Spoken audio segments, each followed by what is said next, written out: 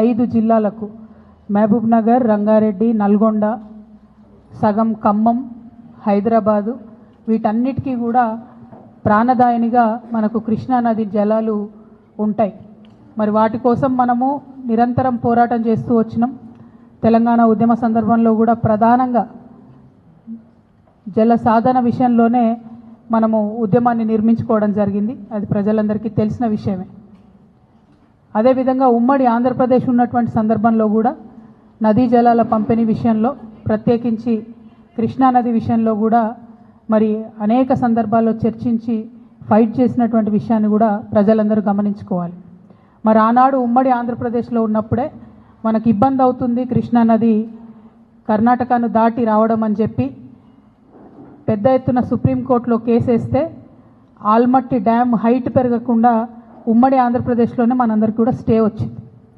అటువంటి స్టేను ఇప్పుడు కర్ణాటక ఉల్లంఘిస్తూ మరి 1,70,000 ఎకరాలను సేకరించడానికి 70,000 కోట్లను రిలీజ్ చేస్తూ మొన్న కర్ణాటక ప్రభుత్వం నిర్ణయం తీసుకున్నది. ఆ తీసుకున్నటువంటి నిర్ణయం మీద తక్షణమే మహారాష్ట్ర ముఖ్యమంత్రి గారు స్పందించారు. వీళ్ళు ఇట్లా 5 మీటర్లు ఎత్తు పెంచుకుంటే 100 టీఎంసీలు నీళ్లు నిల్వ కృష్ణాలో ఉంచుకుంటే మా మహారాష్ట్రలో 2 జిల్లాలు మునిగిపోతాయి కాబట్టి మేము దీనికి ఒప్పుకోము, మేము సుప్రీంకోర్టుకు పోతామని మహారాష్ట్ర ముఖ్యమంత్రి గారు, భారతీయ జనతా పార్టీ అక్కడ అధికారంలో ఉంది, వాళ్ళు ప్రకటించడం జరిగింది. మరిగా మన తెలంగాణ అత్యంత దారుణంగా మనం దుఃఖపడతాం. ఒకవేళ ఆల్మట్టి కనుక 5 మీటర్లు హైట్ పెంచుకొని 100 టీఎంసీలు కనుక వాళ్ళు నిల్వ ఉంచుకుంటే నిజంగా కూడా మన తెలంగాణ ప్రాంతంలో ఉన్న కృష్ణానదిలో క్రికెట్ ఆడుకున్నాడు తప్ప ఇంకో దానికి పనికిరాని పరిస్థితి వస్తుంది. ఇప్పటికే నారాయణపూర్ దాటి ఆల్మట్టి దాటి మన తెలంగాణకి కృష్ణానది రావడానికి ఆగస్టు దాటిపోతుంది. అయితే బీభత్సంగా వర్షాలు పడితే తప్పితే వరద రానటువంటి పరిస్థితి మనకి ఇప్పటికే ఉన్నది. అటువంటిది ఇంకొక 5 మీటర్లు పెంచితే 100 టీఎంసీలు నిల్వ ఉంచితే కృష్ణానది అనేటటువంటిది కనుమరుగయ్యే పరిస్థితి కనబడుతుంది.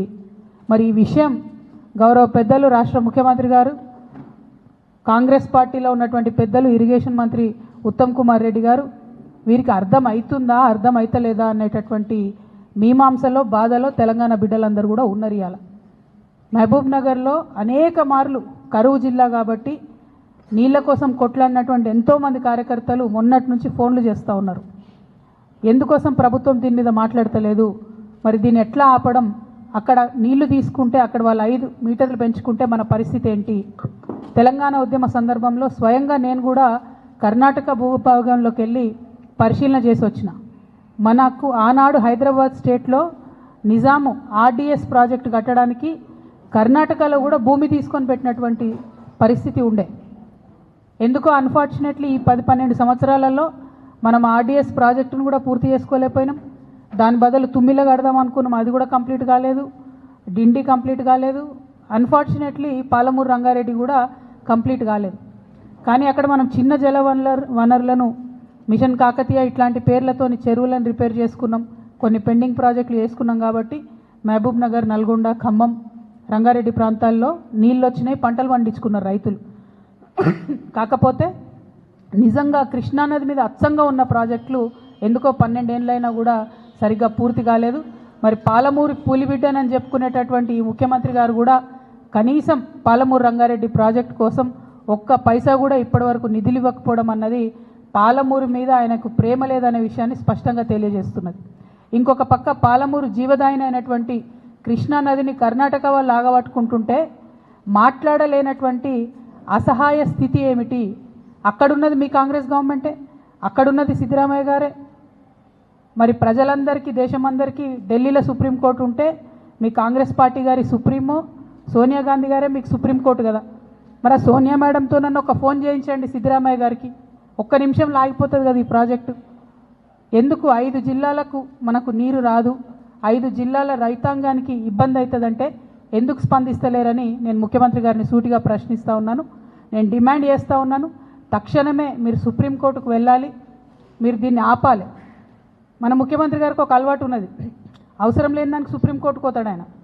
విద్యార్థులు, నిరుద్యోగులు వాళ్ళకి సంబంధించి నిన్న హైకోర్టులో మంచి తీర్పు వచ్చింది. ఆ విషయంలో మాత్రం భేషజాలకు పోయి డివిజన్ బెంచ్కి పోయిన సుప్రీంకోర్టు కూడా పోతారట. అంటే ఇంకా 1 ఇయర్ నిరుద్యోగులకు ఇబ్బంది అవుతుంది. గ్రూప్ 1, 2, 3 నోటిఫికేషన్లు ఆగిపోతాయి. అటువంటి విషయంలో మాత్రం మన ముఖ్యమంత్రి గారు సుప్రీంకోర్టుకు పోతారు. కానీ బీసీల విషయంలో రాష్ట్రపతి దగ్గర బిల్లు పెండింగ్ ఉంది, సుప్రీంకోర్టు కొండని మేము మొత్తుకుంటున్నాం. ఇంతవరకు ఆ విషయంలో సుప్రీంకోర్టు కోలే. బీసీలు ఏమన్నా కానీ, నిరుద్యోగులు ఏమన్నా కానీ ఆయనకు అనవసరం. ఎవరు హ్యాపీగా ఉండాలి? కాంగ్రెస్ పార్టీ బాగుండాలి, సోనియా గాంధీ గారు హ్యాపీగా ఉండాలి, సిద్ధరామయ్య గారు పక్క రాష్ట్రంలో హ్యాపీగా ఉండాలి. కాబట్టి మన నీళ్ళ విషయంలో సుప్రీంకోర్టుకు పోరు.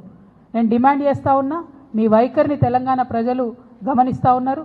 మీరు నిజంగా పాలమూరు పులిబిడ్డనా లేకపోతే ఉట్టి పేపర్ టైగరా అన్నది ఈ ఆల్మట్టి ఎత్తు ఆపడంలో మీ సంగతి ఏందో తెలంగాణ ప్రజల ముందు బట్టబయలు కానుందని ఈ సందర్భంగా తెలియజేస్తూ, మరి ఎట్టి పరిస్థితులలో మీరు పోకపోతే మేము బనకచర్ల కోసం కోర్టుకు వెళ్తామని చెప్పినాం. మేము వెళ్తూ ఉన్నాం.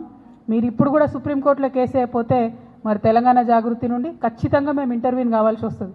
ఎందుకంటే మీకోసం వెయిట్ చేసుకుంటూ మీనమాషాలు లెక్క పెట్టుకుంటే అయ్యగారి కోసం అమాస ఆగదన్నట్టు మొత్తం వాళ్ళు నీళ్లు దోసుకుపోయే పరిస్థితి ఉంది.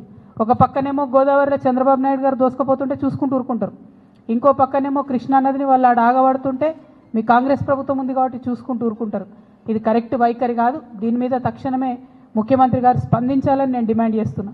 ఎట్ ద సేమ్ టైం నేను అనేక మార్లు చెప్పిన మన నాగార్జున సాగర్ డ్యామ్ని వీళ్ళు అధికారంలోకి వచ్చిన కొత్తలనే కేంద్ర ప్రభుత్వానికి ఇచ్చేసి వచ్చిండ్రు. ఇప్పుడు పరిస్థితి ఏంటంటే చిన్న రిపేర్ వర్క్ చేయాలి నాగార్జున సాగర్లో అంటే 2 నుంచి 3 నెలలు పడుతుంది. వీళ్ళు కేఆర్ఎంబీకి రాయాలి, కేఆర్ఎంబీ ఇంకెవరికో రాయాలి, అక్కడ నుంచి పర్మిషన్ రావాలి. అంటే మన భూభాగంలో మన డబ్బులతో కట్టిన ప్రాజెక్టులకు కూడా పర్మిషన్లు వస్తున్నాయి. పర్మిషన్లు రానటువంటి పరిస్థితి. కాబట్టి దీని మీద కూడా తక్షణం స్పందించాలి. అన్నిటికన్నా ఇంపార్టెంట్ ఇప్పుడు కృష్ణా వాటర్ బోర్డు మీటింగ్ మన జరగబోతా ఉన్నది హైదరాబాద్లో. కృష్ణా ట్రిబ్యునల్ హియరింగ్ జరుగుతూ ఉన్నది హైదరాబాద్లో, ఈ వారంలో జరుగుతున్నది. నా డిమాండ్ ఏంటంటే ఆల్మట్టి ఎత్తు పెంచుతున్నటువంటి ఈ క్లిష్ట సమయంలో ఉత్తమ్ కుమార్ రెడ్డి గారు కాదు, వారితో పాటు రాష్ట్ర ముఖ్యమంత్రి హోదాలో రేవంత్ రెడ్డి గారు కూడా అటెండ్ అవ్వాలి. మీరు అటెండ్ అయితేనే మనకు రావాల్సినటువంటి న్యాయం జరుగుతుంది, మనకు దక్కాల్సినటువంటి వాటా దక్కుతుంది. మీ సిన్సియారిటీ ఏందో కూడా ప్రజలకు అర్థమవుతుందని చెప్పి ఈ సందర్భంగా నేను డిమాండ్ చేస్తూ ఉన్నాను. మరి తెలంగాణ జాగృతి పదే పదే చెప్పిన విషయం మళ్ళొకసారి గుర్తు చేస్తున్నా. ఇదంతా ఎందుకు జరుగుతుందంటే నీళ్ల విషయంలో ఆంధ్రాలో పనిచేసినటువంటి ఆదిత్యనాథ్ దాస్ గారిని తెలంగాణకు అడ్వైజరీగా పెట్టుకున్నప్పటి నుంచే ఈ ఇబ్బందులన్నీ జరుగుతున్నాయి. వారిని తక్షణమే తొలగించండి. వారికి మన తెలంగాణ మీద ప్రేమ ఎందుకుంటుంది? కనీసం మీకుందని మీరు నిరూపించుకోండి, మీరు ఆలోచన చేయండి, కృష్ణానదిని కాపాడండి అని చెప్పి నేను ప్రభుత్వాన్ని డిమాండ్ చేస్తూ ఉన్నాను. Thank you.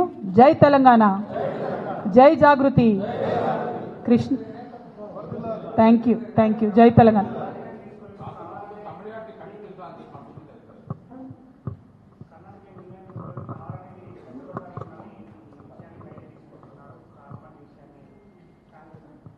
ఇప్పుడు తమ్మిడిహట్టి డిఫరెంట్ ఇష్యూ, అది గోదావరి నది వాళ్ళు కట్టాలనుకుంటున్నారు. దాని మీద కూడా పలు రకాల అభిప్రాయాలు ఉన్నాయి. బట్ ఇవాళ ఇంపార్టెంట్ ఇష్యూ కృష్ణ. మీరు అన్నట్టు వాళ్ళు చెప్పకపోవడం ఏం లేదు. బాజాప్తా కర్ణాటకలో క్యాబినెట్ మీటింగ్ పెట్టి వాళ్ళు 70,000 కోట్లు ఫేజ్ వైజ్గా ఎట్లా రిలీజ్ చేస్తామని ఫండ్స్ కూడా వాళ్ళు రిలీజ్ చేయడం జరిగింది. అదేవిధంగా ల్యాండ్ అక్విజిషన్ ఫేజ్ వైజ్ ఎట్లా చేస్తామని కూడా వాళ్ళు ప్రాపర్ ప్రణాళిక రూపొందించుకొని క్యాబినెట్ అంతా కూడా ఒక దగ్గర కూర్చొని చెప్పిన తర్వాత నిర్ణయం జరగలేదు అని చెప్పి ఇట్లాంటి మాటలు మాట్లాడడం నిజంగా కూడా మీ మహబూబ్ నగర్ బిడ్డలకు, నల్గొండ బిడ్డలకు వాళ్ళకు ద్రోహం చేయడం తప్ప ఇంకోటి కాదని చెప్పి నేను భావిస్తూ ఉన్నాను.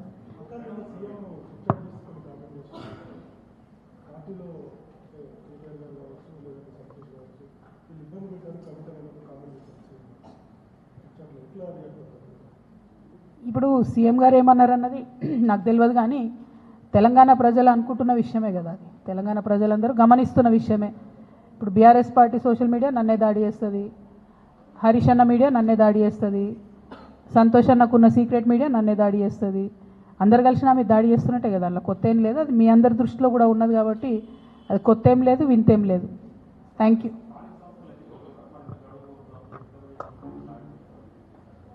ఎక్కడ మాట్లాడిరండి? ఒక్కసారి కూడా కనీసం బీసీల మీటింగ్ రివ్యూ తీసుకోవడం లేదు సీఎం గారు. మేము పదే పదే కోరుతున్నాం. నిన్న కూడా మన తెలంగాణ జాగృతి నుండి కూడా మళ్ళీ చెప్పినాం మేము, మీరు కనుక తక్షణం నిర్ణయం తీసుకోకపోతే ఇక మంత్రుల ఇల్లులు ముట్టడించుడు ఉంటుంది ఫస్ట్ ఫేజ్లో. ఇంకా కూడా నిర్ణయం తీసుకోకపోతే ముఖ్యమంత్రి గారి ఇల్లు కూడా ముట్టడించాల్సి వస్తుంది. ఎందుకంటే 30 తారీఖు నాడు ఎన్నికలని చెప్తే కూడా కనీసం బాధ్యత లేకుండా మాట్లాడకుండా చివరి నిమిషంలో కోర్టుకు పోదాంలే అనేటటువంటి ఒక వైఖరి నిర్లక్ష్యపూరితమైన వైఖరి రాష్ట్ర ప్రభుత్వం చేస్తూ ఉన్నది. ఇది బీసీలను వారు పట్టించుకోవట్లేదు అనడానికి సంకేతం. మా పోరాటం మాత్రం ఆగదు. ఖచ్చితంగా చాలా సీరియస్గానే ముట్టడి కూడా ప్లాన్ చేస్తాం.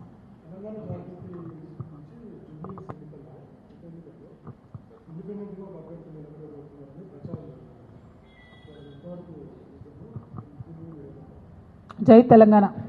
Thank you.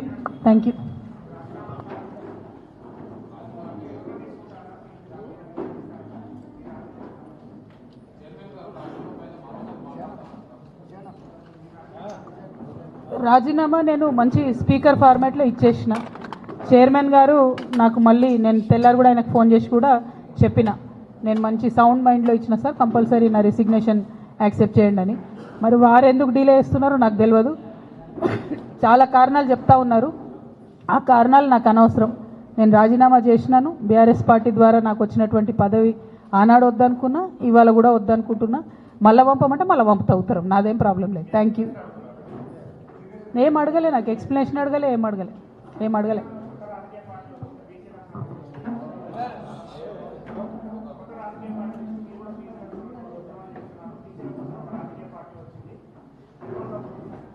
తప్పకుండా స్వాగతిస్తాం కదండి. ప్రజాస్వామ్యంలో ఎన్ని పార్టీలు ఉంటే అంత మంచిది, ఎన్ని గొంతులు ఉంటే అంత మంచిది, ఎన్ని వాయిస్లు ఉంటే అంత మంచిది. తెలంగాణ ఉద్యమంలో కూడా మనం ఒకటే మాట అనుకున్నాం, ఎంతమంది జై తెలంగాణ అంటే అంత జల్దీ తెలంగాణ వస్తుందని. సో ఇప్పుడు కూడా ఎంతమంది జై బీసీ అంటే అంత జల్దీ బీసీలకు రిజర్వేషన్లు వస్తాయి. కాబట్టి అందులో సెకండ్ థాట్ ఏం లేదు. తప్పకుండా స్వాగతిస్తాం. Thank you. జై తెలంగాణ. ఇంకా చాలా మాట్లాడేది ఉండేనా మనం. నా బాధ ఏంటంటే నేను బతుకమ్మ చెప్తే మీరు కృష్ణ నీళ్ళు వేయరేమో అని. దానికేనా. రేపటి నుంచి బతుకమ్మ సంబరాలు ప్రారంభమవుతున్నాయి. ముందుగానే తెలంగాణ ఆడబిడ్డలందరికీ కూడా బతుకమ్మ పండుగ శుభాకాంక్షలు తెలియజేస్తూ ఉన్నాం. మరి ఎట్ ద సేమ్ టైం వచ్చినటువంటి ఆహ్వానాలన్నింటినీ కూడా పరిశీలన చేసి దాని ప్రకారం ఒక షెడ్యూల్ తయారు చేసుకోవడం జరిగింది. ఆ షెడ్యూల్ కూడా నిన్న మీ అందరికి కూడా రిలీజ్ చేయడం జరిగింది. అందులో భాగంగా మొదటి రోజు చింతమడకకి వెళ్తూ ఉన్నాము. మరి అట్లానే తర్వాత కార్యక్రమాలన్నింటినీ కూడా మీకు చెప్పడం జరిగింది. అట్లానే ఎప్పుడు చేసినట్టే తెలంగాణ జాగృతి నుండి కూడా ఈసారి ఒక పాట కూడా మళ్ళీ చేస్తూ ఉన్నాము. దాన్ని మాటల తిరుపతి గారు సోదరుడు తను రాసిండ్రు, మంగ్లీ పాడుతున్నది. సో ఈరోజు ఈవినింగో రేపు మార్నింగో అది కూడా రిలీజ్ అవుతుంది. సో అట్లా ఎప్పుడు చేసినట్టు బతుకమ్మ సంబరాలు ఎక్కడ తగ్గకుండా చేయాలని అనుకున్నాం. పోయినసారి మీకు తెలుసు రాజకీయంగా క్లిష్ట పరిస్థితులలో పోయినసారి హాజరు కాలేనటువంటి పరిస్థితి ఉండే. ఈసారి అన్ని చోట్ల బతుకమ్మ చేసుకోగలగడం అన్నది చాలా సంతోషాన్ని ఇచ్చే విషయం.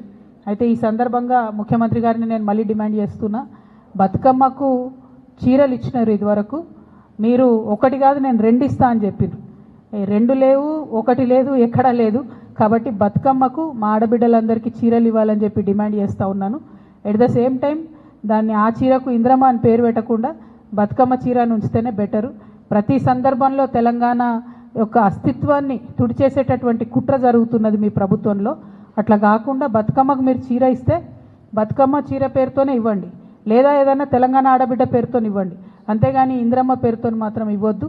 ఇప్పటికే కుట్రపూరితంగా ఈ ప్రభుత్వం తెలంగాణ తల్లి దగ్గర నుండి బతుకమ్మను దూరం చేసింది.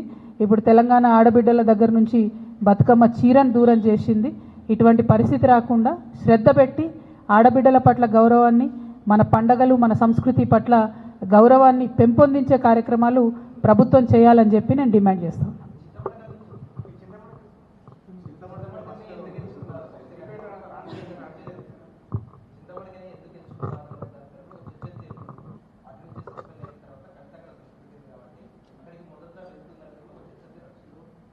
అంటే ఇప్పుడు ఆహ్వానాలు చాలా వచ్చినాయి బ్రదర్. సొంత ఊరు ఆహ్వానం అన్నది చాలా ఆత్మీయంగా ఉంటుంది, చాలా హృదయంగా ఉంటుంది, హృదయానికి దగ్గరగా ఉంటుంది. కాబట్టి ఆ ఆహ్వానాన్ని యాక్సెప్ట్ చేసినాం. పైగా వాళ్ళు పర్టికులర్గా ఎంగిల్పూల నాడే రమ్మన్నారు, అంటే మొదటి రోజే రమ్మని అడిగిండ్రు కాబట్టి అక్కడికి పోతున్నాం. ప్రత్యేకంగా రాజకీయపరమైనటువంటి ఇంపార్టెన్స్ మీరు ఎట్లా నేను వద్దన్న ఆపాదిస్తారు అని అట్లా నాకు తెలిసిన విషయమే. కాకపోతే నేను మాత్రం మా ఊరికి పోతున్నా.